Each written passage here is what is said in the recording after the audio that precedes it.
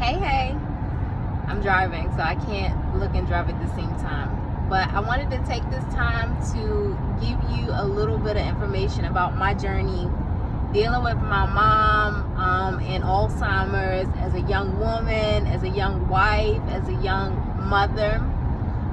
It's been a long, hard journey. I mean, I'm 36 now. I've been taking care of my mom for at least the last 10 years. So we're talking about graduating from college, getting engaged, getting married, and already starting to, deal with challenges associated with it.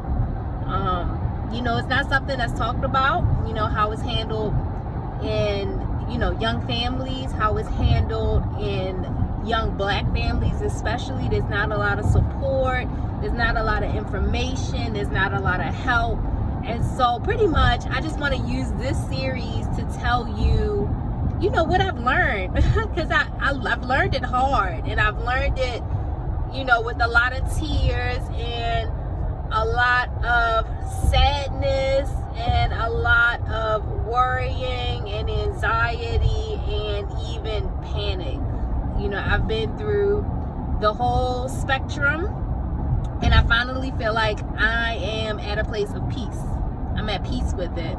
And so that's kind of what I want to share with you. So it's going to be a series because it's a lot. I mean, how can I share with you my whole journey dealing with my mom and Alzheimer's, in one video? So I'm just give y'all the basics. So pretty much I was the only child. I am the only child, which makes it a little bit more difficult. But essentially, I was my mom's miracle child. I was 2 pounds, 9 ounces when I was born. And, my mom really had to fight for me. She had to fight to keep me, even literally inside of her, because I wanted to come out early. And I was finally born at 7 months. She was only 7 months when she had me. And it was just like, she just loved me so intensely. I mean, as intensely as a mother could. I was her miracle baby, and she loved me so much. And it makes me sad because when I get to really the scope of how Alzheimer's had changed that love into something so deeply hateful and so deeply disgruntled and so deeply just troubling, it just hurts to see how Alzheimer's could take something so beautiful and make it so ugly. So anyway, it started out different things. She needed help with her bills, repetitive talk, and just kind of like, it was kind of like the feeling of when things just ain't make sense. With Alzheimer's, people talk about the memory, but sometimes it's just like things, it just don't make sense. Like, you'll just notice like realities that aren't real reality. It's like a reality somewhere different. Just having an understanding that's not real. Just doing things that just don't kind of measure to like societal norms. Those are the things I noticed first. It wasn't truly like a memory thing. It was just a thing like, something's not right. Something's a little bit off. So anyway, what happened is our relationship started to change. And this is something you'll see when parents start to decline. The relationship starts to change, whereas I wasn't really truly the daughter. It was kind of as if I had become the mother. I was the one who was taking her to all the doctor's appointments. I was the one who was making sure she had everything in her house. I was the one who was just, basically just taking care of her in every way, in every need, in every challenge, paying the bills. I was the one who was having to do all of that. And it was a big burden because, I was so young, and I was just trying to nurture my tiny little career that I was starting. I was trying to nurture my brand new marriage, and trying to just balance so many things and so many responsibilities that really it was very much of a burden. And I didn't have a lot of support, and that's something that I really do see. There's not a lot of support out there. It's kind of like, this is yours, this is your parent, this is your new responsibility. And it wasn't that I had a problem with taking care of my mom or supporting my mom. It was more so that the burden of carrying like a whole adult who also doesn't understand the changes and the challenges that they're having. I mean, it was just like beyond anything I can explain, because it's not like a child. When you're helping and raising a child, they understand their position as your child, and so pretty much they comply with you. They do what you want them to do. They do what they need to do, and it all works out because you're telling them good things anyway. Okay, so that's not what happens when you're trying to take care of an adult person who needs your help, but they don't realize they need your help. And so I would just get so much pushback. It's like when you're trying to help somebody and they need your help, but they don't know that they need your help, and so they just challenge you on everything. So that's pretty much, that was what was happening. It wasn't, I couldn't help in joy. Like, I had to help in sadness. I had to help in grief. It was a lot. And the journey was also very lonely, because even people who hear your journey, people who see it, like my husband, they're kind of looking at it from like a second person perspective. They're not the person who is doing all the physical caregiving, all the emotional work. They're not receiving all the backlash. Really, it's very lonely, because only you can really understand the depths of it. And at the same time, as it's my parent only, only I am dealing with just the emotional grief and toil of losing somebody slowly. And I don't know if any of you have ever dealt with losing somebody slowly, but I don't know, it could be worse in my mind, from what I can tell, than losing somebody quickly. When you lose somebody quickly, there's the abruptness of it, that you don't get to say goodbye, and you just don't get to say everything you wanted to say. But with Alzheimer's, it's like you have to watch that person suffer. You have to watch the decline, and it's just so many emotions, caught up in it. I mean, if I had to I don't even know where to start telling you just so many of the things that I've gone through with my mom and Alzheimer's. I don't call it hers, because it's not hers. That's not how God made her. Alzheimer's was not made in God's image, and she was made in God's image. So I won't say it was her Alzheimer's, but the way Alzheimer's has ravaged her, I mean, it's mind-blowing, and it's so sad. My hope is in God. So I'm still hopeful that there will be a change, that there will be a revival, a resurrection within her. But just watching it, I mean, it truly is something so sad. So let me just give you a little background about my mom. So I was raised by a single mom. My dad died when I was 10. And so my mom was very charismatic, very funny, just very much fun to be around. She had that personality like a boss, like she was so tiny, but it's like she just ran the room. Like you noticed her, you respected her, you admired her. She was very much like that. And it's so funny because she was so outspoken, and so I'm actually very much the opposite. Like, I am very quiet, because even as a child, like, she would just run the room, I mean, like a boss. So anyway, this is what I was raised around, just such beauty and such charisma. And it's like, she's still very much beautiful, and I'll show you some pictures. Even with Alzheimer's just ravishing her brain and just taking so much, she's still so beautiful, but she's just lost the personality that I loved, and the personality that God gave her. God gave that to her. I really truly in my heart believe that she was meant to be an evangelist.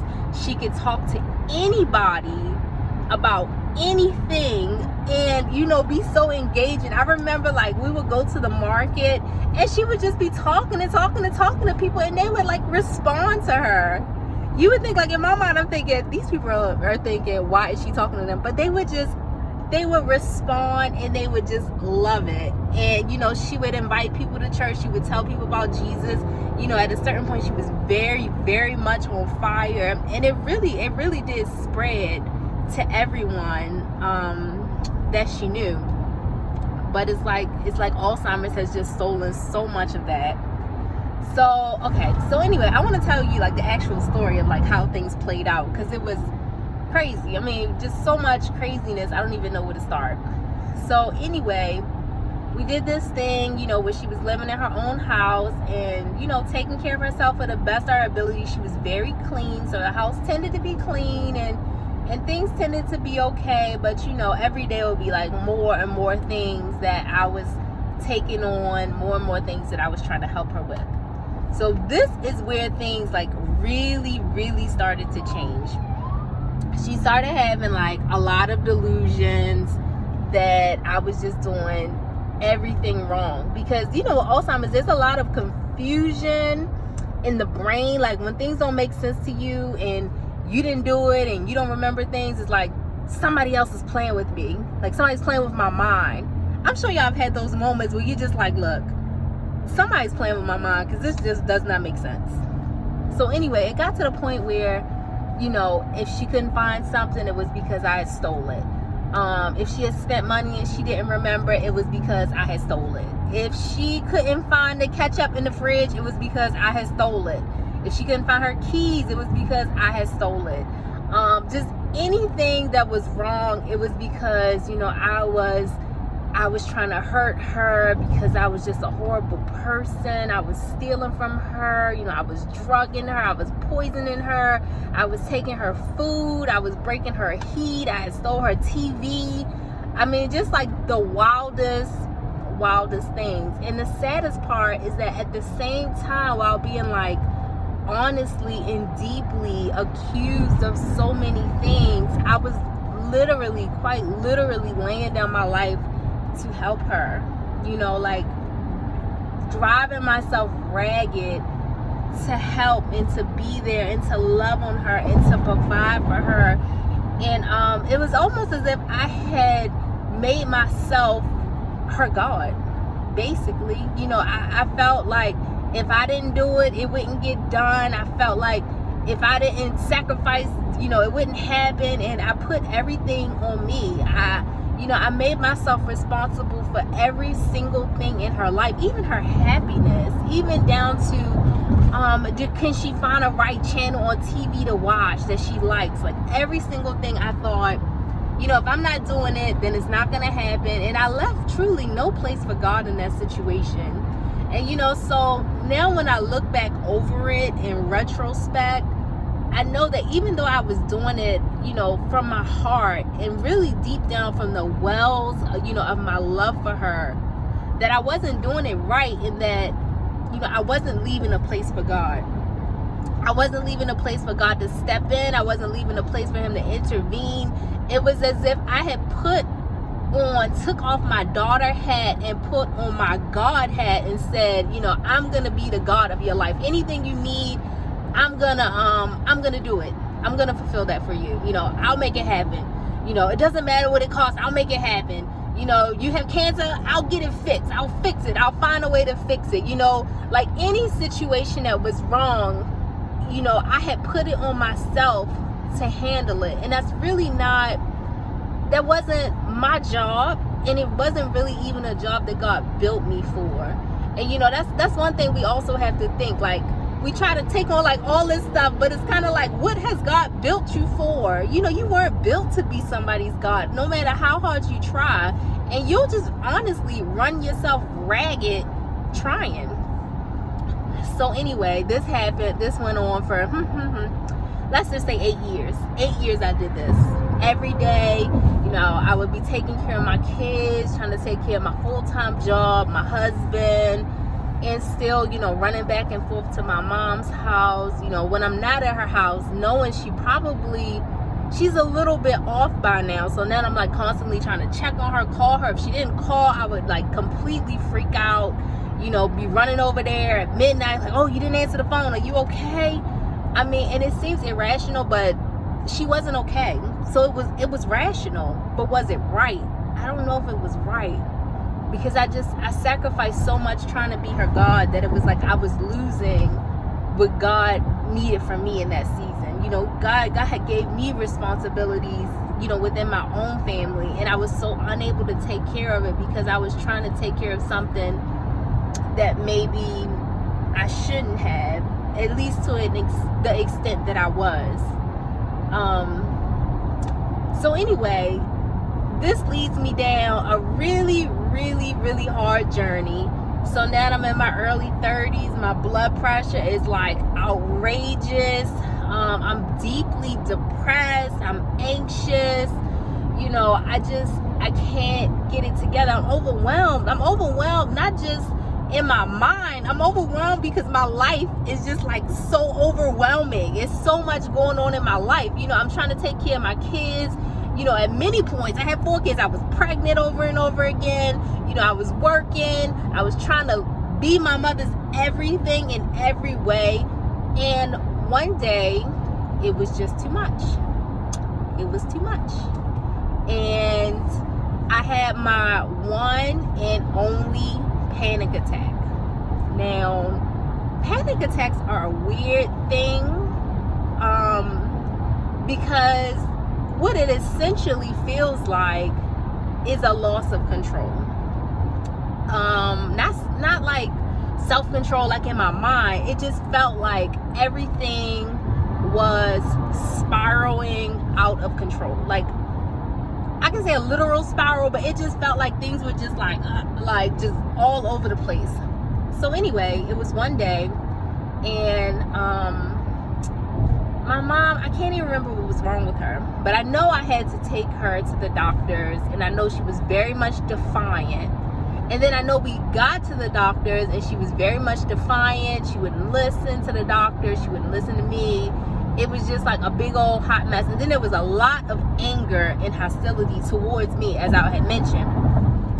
At the same time, my husband's working, and I got my kids, and my husband, he has to go to work, so he wants me to pick up the kids, so I'm rushing to get the kids. And it was as if it was as if I was running, you know, like running, chasing my car, and I got my mom in my car, and she's like driving me crazy, and I'm trying to get to this place, and I was somewhere I knew, but I was lost.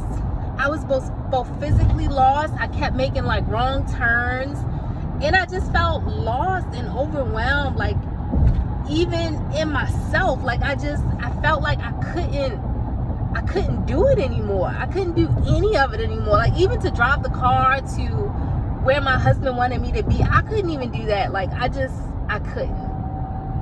So anyway, by the grace of God, you know, I see the shopping center. I stop at the shopping center. I tell my husband, this is where I am. Because mind you, he's still trying to drop the kids off to me, because I don't think he actually understands that I'm like spiraling.